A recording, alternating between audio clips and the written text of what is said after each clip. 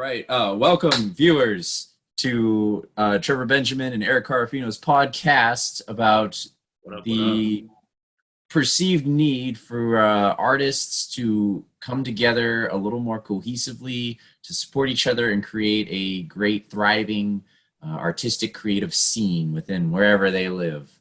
And this is Trevor Benjamin. Say hi. What's up, people, listeners, fellow musicians? And now you play drums. You studied drums. I'm a drummer. Been playing my whole life. I play with this awesome musician here, Eric, and two different groups: our rock trio and also a hip hop group called Dumbing Down with the Blues.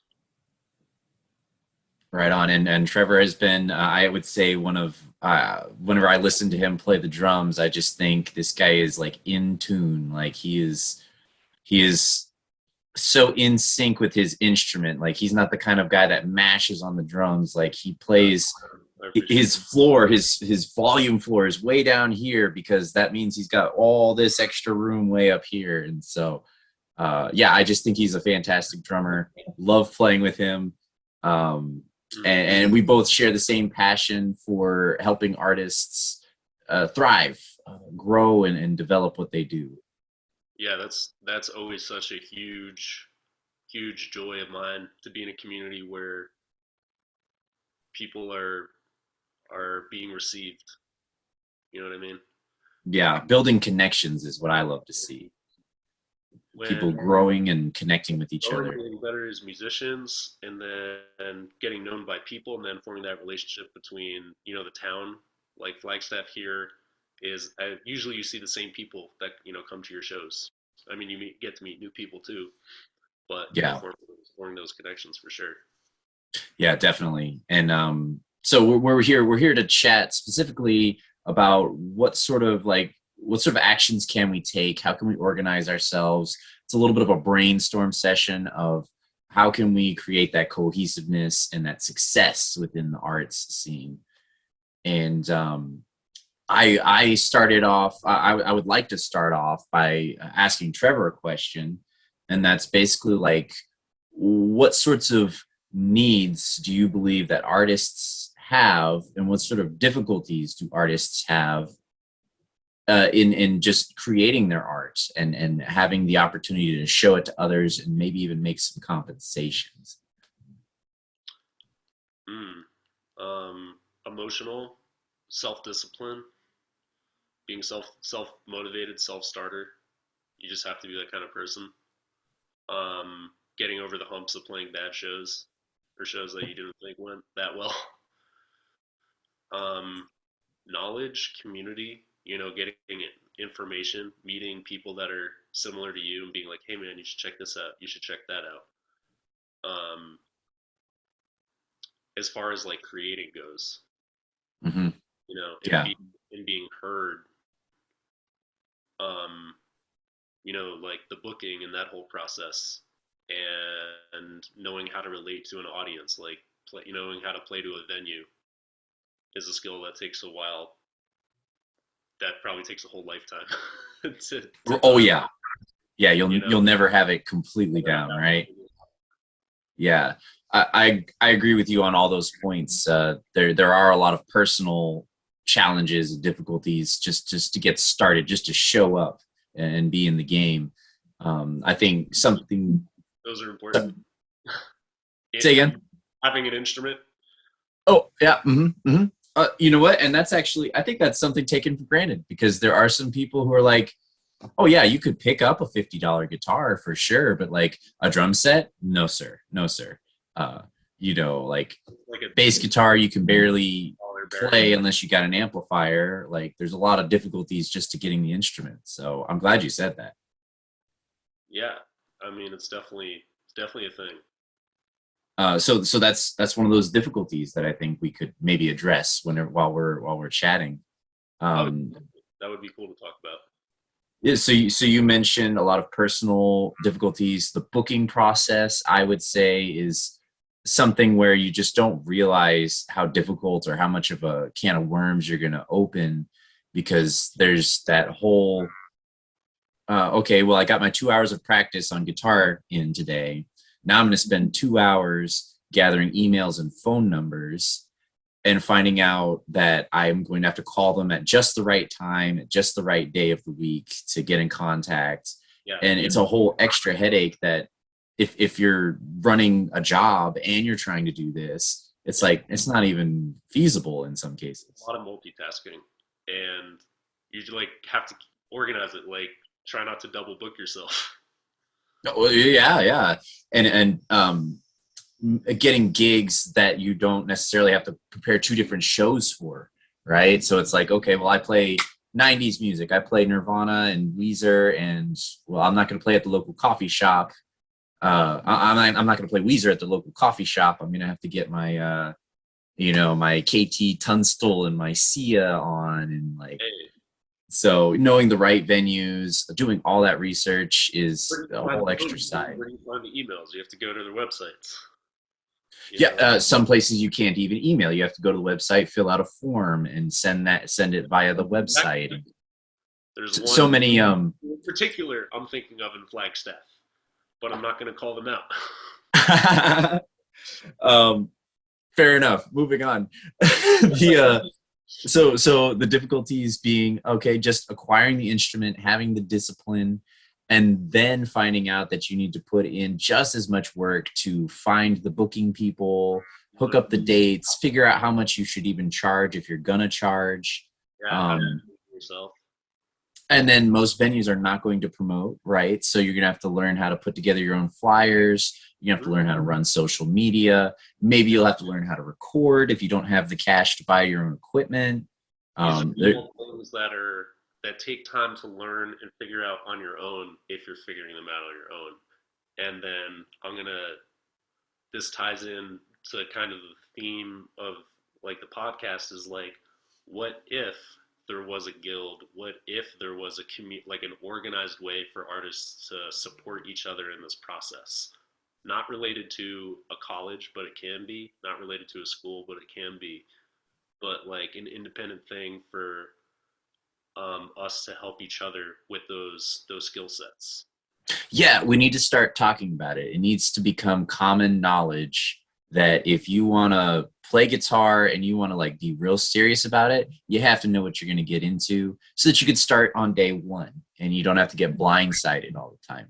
And you're an amazing example of this, Eric, because you were teaching guitar, you know, in the school district in Flagstaff or in the charter school district, and you said, "I'm gonna make the leap to become like my own boss, a freelance professional musician that does other things like this podcast." But from the time I met you until now, I saw that whole process and what it took, it, and it's and you saw only just a little bit of the messy details for me. yeah, the tip of the iceberg, I'm sure. But Yeah, I'm so happy to see that you pulled that off and are thriving. You know. yeah. It's been a great ride so far, and there's still tons for me to learn. But you and I both, as experienced players, realize that there's something that beginners or even intermediate players that haven't got stage experience, like there's so many keys that they could pick up that would just, you know, Yeah, it's like pulling that card and go straight to go and get your $200. Like yeah, just pieces of advice and things like that.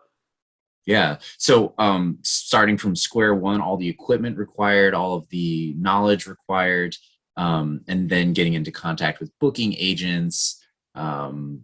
This is a big process, and so we kind of hope to make make it all common knowledge so that everybody that wants to do music knows what they're in for, and they can get started right away, and they can be organized and professional about it. Yeah, I think that would be wonderful for people to have.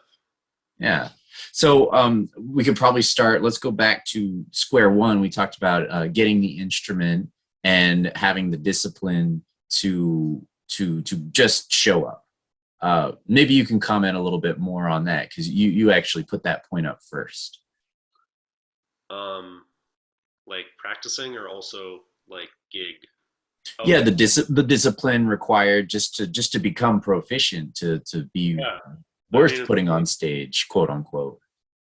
yeah, it's like an everyday thing, and sometimes, as you know, you don't get to it every day, but it's like I find myself having to remind myself, like, oh yeah, focus again, like, and then you have to like, a lot of people like are afraid to go to an open mic or put themselves out there, and then that's like the other side. Like, you have to remember, like, oh yeah, the other side of this is making, you have to make noise, you have to make sounds for people to listen to, right? So like, you have to put yourself out there. So it's like, you also kind of have to be disciplined with that, and be like, I'm Well, going to keep jumping into it, I'm going to keep putting myself out there. Like, it didn't go well, but I'm going to try again. And yeah, you know because you mentioned the vulnerability aspect of it all. It is very vulnerable to go on stage and tell people like, yo, I'm worth listening to, and putting yourself up for the risk of somebody rejecting, then saying, yo, you're not worth listening to. I'm going home because you're boring or whatever. and that's unfortunate when it happens, and it does happen. Yeah, it totally does happen. So yeah, the vulnerability is built into it, and just getting over that hump is a huge thing. Um, Playing an open mic, do you think that that's the best way to get over that vulnerability aspect? Playing with friends too is great. Then you have some comrades to go to battle with. I like that. Yeah, so go up not as a solo act, but maybe as a duo or a trio. Or a trio. But yeah, 100%. Or just busking. Busking in town can help you get over a lot of stuff. Yeah, a busking for maybe the un uh, person that doesn't know what that means. It's just going out and playing on the street, just doing it. And Oh, yeah. I 100% advocate for that, because if you're a singer, you really learn how to use your voice properly, or your voice gets super sore and you realize you're doing something wrong. Mhm. So busking is huge, just to help you become, I would say, yeah, confident, right? To like be able to play everything properly so that you're not breaking your instruments, and you learn how they work. Right.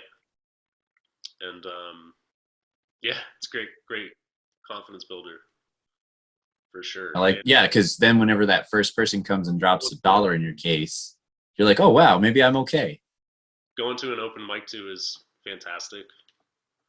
And I haven't done as much as them as probably you have as a singer songwriter, just because of the nature of a drum set.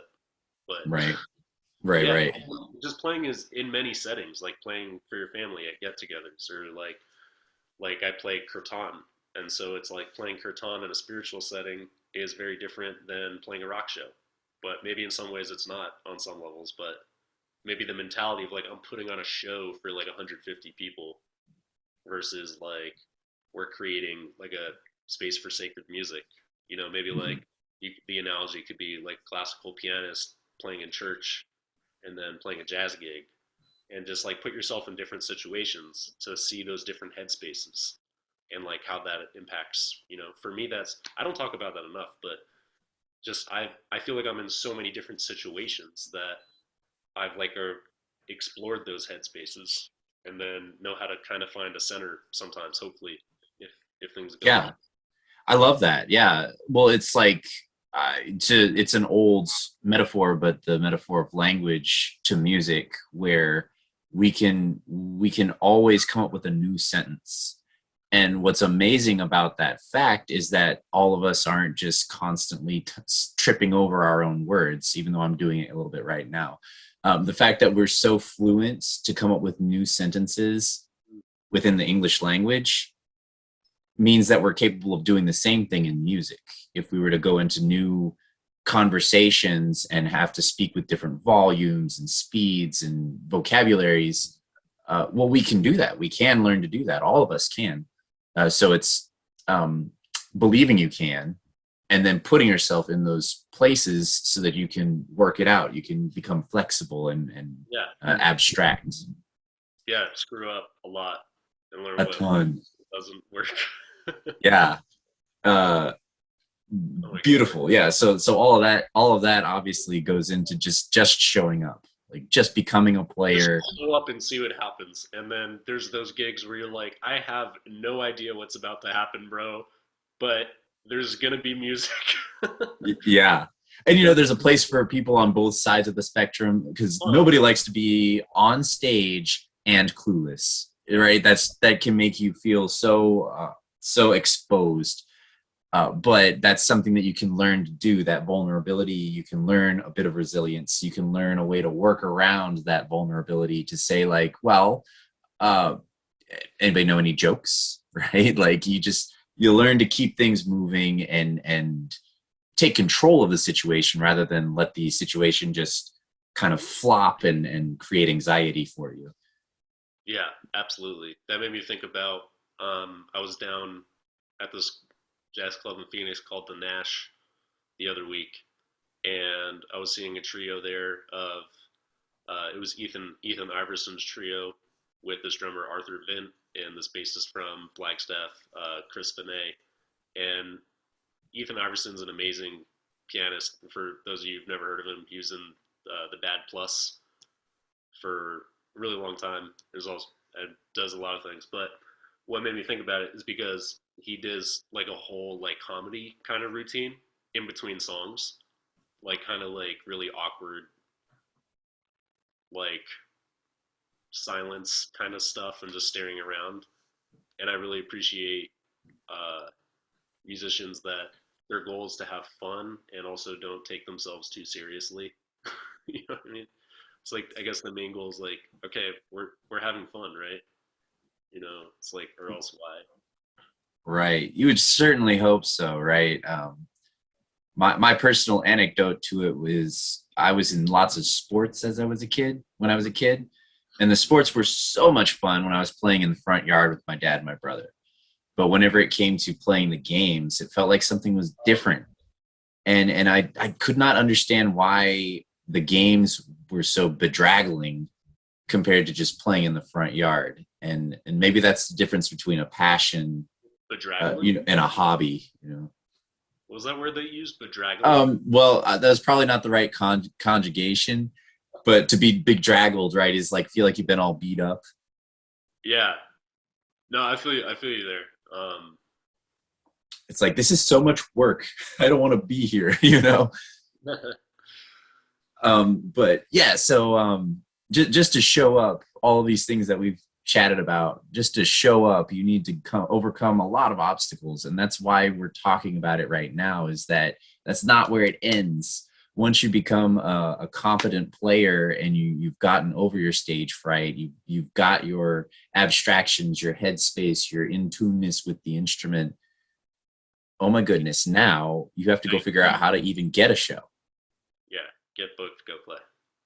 Yeah, and it turns out to be a lot more work than you might imagine. Yeah. So my personal, the thing that works best for me has always been showing up to a place in person often.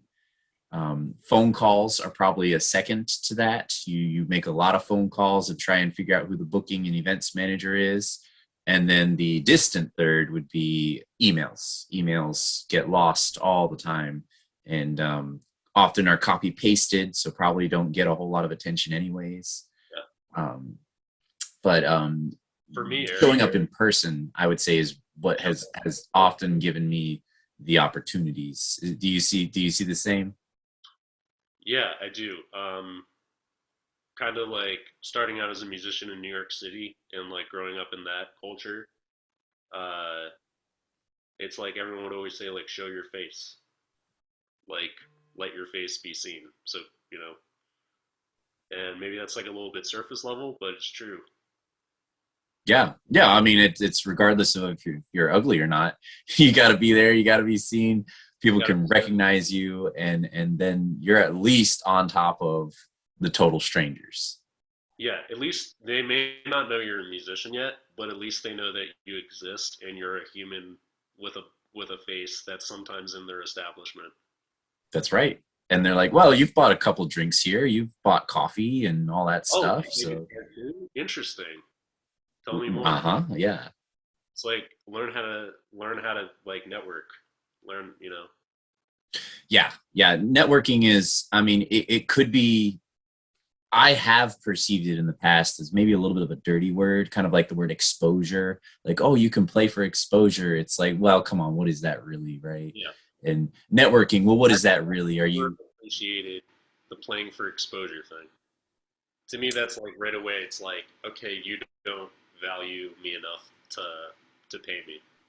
right? Networking maybe is, I have seen it as a dirty word in the past because it feels like there's a lack of genuineness in it, but I don't think that that is true. It's, you can be a genuine person that networks. Yeah, I will speak to that briefly. Um, I think all of last year, when I was, especially over the summer, like when Scum Drops was a thing, and I was like trying to book as many shows as possible. I feel like I learned a lot about myself, and also like things like ways I didn't like communicating with people. Because it's like, okay, so now you're networking. What's your objective for the conversation? Is it to get something out of them? Is it to get a show? And a lot of times when you go into just any like human conversation with an objective, it's like you really have to be aware of like how you're speaking. It's like because you don't want to, you don't want to. I don't know, like you don't want to be negative in any way, or like be like, please book me, or like be needy or something like that. It's like learning how to be casual and just have these like down to earth conversations like, hey, I do music. Are you looking for this? I've been to a lot of shows here, and also be personable. Just learn, I'm sure you know what I mean. Right. Yeah, no, 100% understand. It's funny because it's nothing happens in a vacuum, right? Clearly you are talking to them for a reason, right? Obviously, So it's like, it might be a good, it's an analog to sales. If you're there and you're a salesperson, well, you're clearly talking to them because you provide a service and you need to find people who need that service. And I think that that's the key of it, is to say, like, I'm not here to cheat you out of anything. I'm here because you have live music on this stage and I'm a musician. We can help each other. And so that puts you off on a positive note to begin with, because it's like, I'm a relationship that we can both, it's a mutual thing. yes. But yeah, you've got to be fun to work with. You've got to You got to be show up with a smile. You've got to be in tune and on top of things. professional, be a good human, look nice, take care of yourself, and then Yeah, and people just appreciate, like, they're like, oh, we have Scum Drops booked for this Friday. Oh man, I'm looking forward to seeing those guys. They're so much fun every time they come by. They play a great show. They don't drink too much, like all that stuff. You just have to be a good human. I love the way that you said that. be a good human first, for sure. First and foremost in anything. So yeah, that whole aspect, you show up, you got to be around. I mean, you have to, first of all, right, as we discussed, you got to put the discipline in to make your art as true to the source and the vision as possible. You can't slack on that, and that's whenever you start saying, like, yo, what I've got is worth something, whether it's a hobby or a passion. You're like, well, I want to be on stage, I want to play this for people, and Yeah, you're gonna have to convince somebody to let you use their space. yeah, and when you're building up that confidence, when you put that work in for yourself and you show up to practice every day, you start to build the belief system that you are worthy of money, that you are worthy of whatever it is, community, something. Yeah, yeah, you'll start to get the feedback that tells you are, what, if you believe that you're good enough, that gives you the fuel to get started. But then when you get the feedback that says, like, wow, that was really fun, it's exponential. It blows up from there. Because you're like, wow, like people listen to my music and everyone had fun and I had fun. Like, I'm gonna go back and practice tomorrow. I'm gonna Uh-huh, yeah. makes you a better musician. You're like, you know what I didn't do is I didn't play that one song that somebody requested. I'm going to go learn it now. Right. And that Absolutely. sort of thing. Yeah. Yeah. And so there you go. But going along with the booking and all of that stuff and the networking, coming on to part of networking is the marketing, to reach strangers and appeal to these strangers, tell them what you're all about very quickly so that you can gain their interest. And if it is a passion that you're trying to make a whole living out of, that's really powerful. But if it's just a hobby that you really want to gain that fulfillment from, same thing. You're going to want to have the right poster. You're going to want to tell them what you're all about so that they'll come and appreciate you. Do you feel like you do that a lot, Eric? Like just talking to strangers about the fact that you're a musician and inviting them out? Because I feel like I don't do a lot of that. For, I probably for me, it is so much a part of my identity at this point that it's hard to avoid talking about. And also, most of the things that I do are centered on music. right. So, but like if if I went out for frisbee golf, probably it would never come up in the conversation. Yeah, Yeah, I would like you being out there in San Diego. You're like constantly just like letting people know who you are, what you do, and like what's going on. yeah. I mean, I'm always at some music type event, so the conversation tends to center around it. Whether I'm talking about my own music or the music that's on stage currently, it just tends to revolve around that. For sure. Yeah, but And um, yeah, you've created some posters and maybe you can say something about like the branding of the scum drops or even maybe you can comment on the branding of Dove and Down. yeah, I could probably speak a little more to Scum Drops just because that was like a collectively created kind of like feeling Mm-hmm. that we didn't. We talked a little bit about that, but it was more so just through the music because Caleb is such a huge Grateful Dead fan, and we connect over like all these artists like Wayne Shorter and Weather Report, and like Bob Dylan and Joni Mitchell and Led Zeppelin, Thelonious Monk. It's like endless. Like we had so much like common interests, and that when we started playing, we're like, we just feel like we're in a flower field in the early 1970s, like during the hippie movement, and we're like, oh, that's it. Like that's the brand, or not even a brand, but that's the trip. That's like the magic. That's like the aura. You know, that's the feeling of it. Right. Music, and I'm pretty sure Caleb literally teleported out of 1969. Like this man, you're like, he was born then, and then they froze him in an ice capsule, and then unthawed him in 2020. And he When he was just a spermazoan, they they bottled him up and they implanted him somewhere. so I think the brand of Scum Drops is Caleb Mackay. I think that's basically I think that's the brand. And what I'm hearing is it was basically incidental. Caleb attracted people to himself that were that Yeah, liked what he liked, and so that's it. It was just kind of a matter of cause that things would develop a particular way, like in that 1970s hippie kind of way. yeah, and that's also the energy that like he embodies in his life and like his belief system. And I know we're getting off on a tangent now, but just to like so people well, this is good because people can understand how deep this goes for musicians. Yeah, the marketing and where the music comes from and the art Yeah, comes from. where the art and the music comes from. Like Caleb is not like he lives it. Like he totally lives it. You know what I mean? In like every fiber of his being. And it's like 24/7. So like for a venue to meet someone like that is like it stands out. That's true. Yeah, no, I would agree. The dress and the way of acting, like if you hire a punk band Yeah, and there ain't nobody with any spikes or leather or crazy hair, it's kind of like, well, I mean, of course they can play punk, sure, why not? but you would expect to see tattoos and like all that sort of stuff. And if you do see those things, it just kind of it fits with the, what would you call it, the motif, and it makes that brand strong. Yeah. But yeah, so anywho, you're right. It creates that genuineness. It's not like oh, we want to play punk music, so we just look the part and blah blah blah blah. The genuineness needs to be there.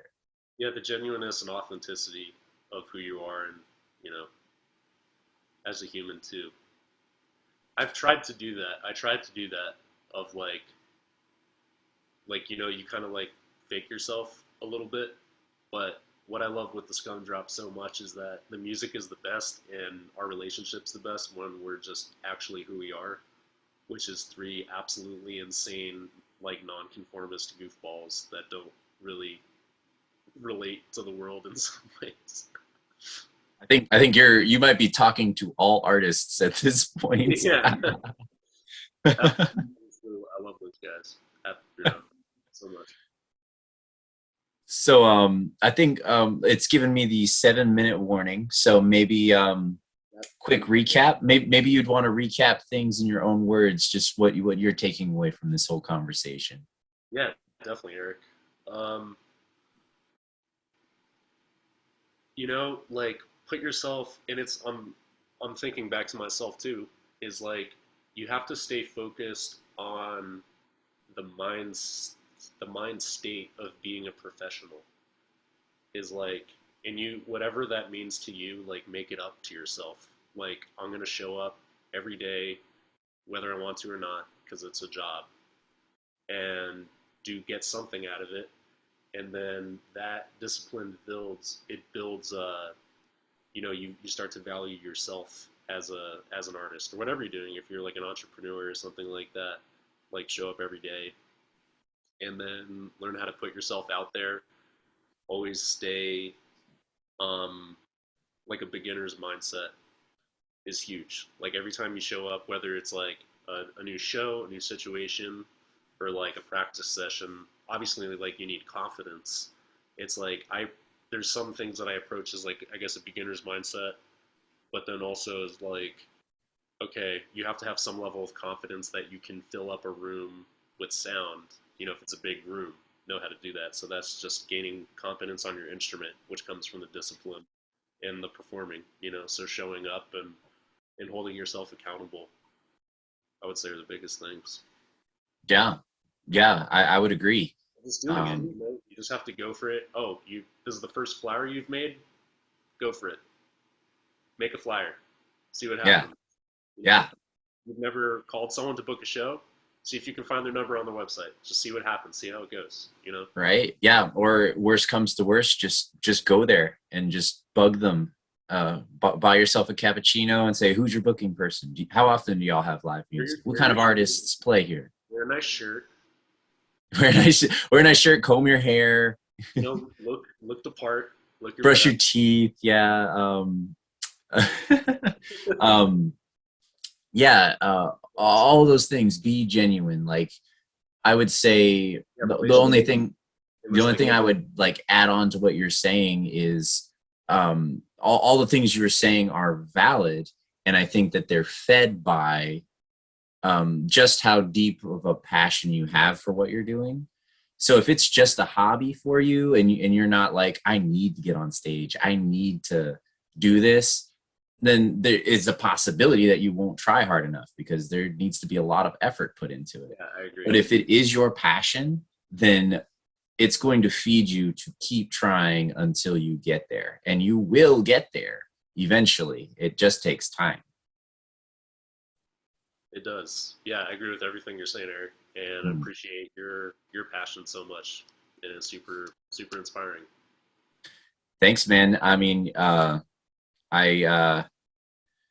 I don't know what else to do, to be honest. I don't know how I would function. Like you say, just a nonconformist goofball. Like I do not know what else I would do with myself. Uh, I love that about you so much, man. You're great. uh, We success misses you. Yo, I'll be back for sure. Yeah, so to wrap up, this is Trevor Benjamin commenting on his musical experience. We've played in a couple different groups. He has his own groups aside from myself, and we're trying to comment on how you can create a good community of artists. And of course, it begins with the single artist who puts their effort and energy into making a good representation of their passion or their vision. And this was So it starts with you. this was just my perspective. Yeah, no, I agree. I agree. So You have got to have the heart. The heart will be there, but you need the passion to mold, to create the communication that really reflects the heart the best, like the most accurately, so that people can see that. So it starts with the artist. 100%. I agree with you. And um, it creating a community just requires us to talk. It just requires us to be out there and trying and being genuine people, where we have our brand, but the brand is not just an image. The brand is just, it's what we are. It's who we are. And it's our passion being molded and shown to each other. And Trevor and I are here trying to figure out how we can make that common, because maybe it seems like there's a lot of difficulties in the way. beautifully said, man. And you know, when you're back to town, or if someone listens to this, maybe we'll have some idea of a more concrete way to make that common and share those skills and help each other out. Most certainly. So if you are watching this video and you have any questions, or you'd like to hear us chat about a particular concept, please leave a comment in wherever this video was posted, and we'll read it and we'll respond to it. And we'll take it to heart. For sure, because we overthink everything. Oh my God. Thanks for having me on this podcast, man. Hope you're doing well out there in San Diego, and look forward to talking more about it. 100%. Me too. Have a good night, man. All right. Take care, bud. Later.